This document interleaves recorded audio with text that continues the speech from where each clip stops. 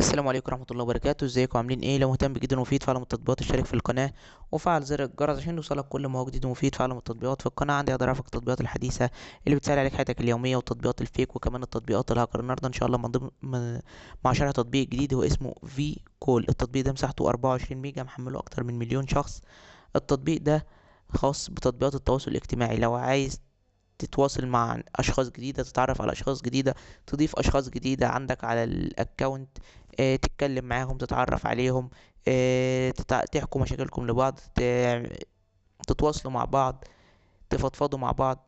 كل الحاجات دي موجودة على التطبيق، او كل الحاجات دي التطبيق هو اللي بيقولها.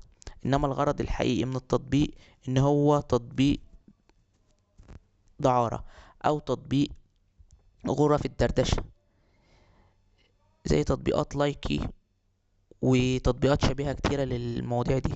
بيستغل بقى حاجة الشباب ان هو عايز يتجوز، او حاجة الشباب اللي هو بيبقى عايز يعمل علاقات كتيرة، او عايز يتكلم مع بنات ويتعرف عليهم والحاجات دي. ويطلب منه ان هو بعد ما يحمل التطبيق يديله مكالمة مثلا 10 ثواني او 20 ثانية ان هو يكلم واحدة، سواء دردشة او مكالمة صوتية.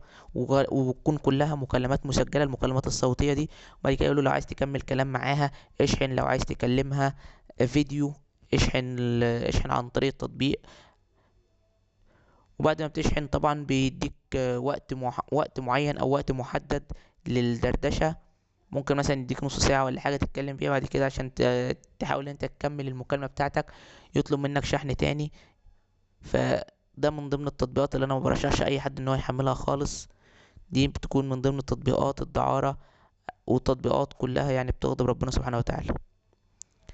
بس كده، ده يعتبر ابسط شرح للتطبيق. لو عجبك شرح التطبيق يا ريت تدوس لايك للفيديو. لو عايز شرح التطبيق وانا تكتب لي في كومنت.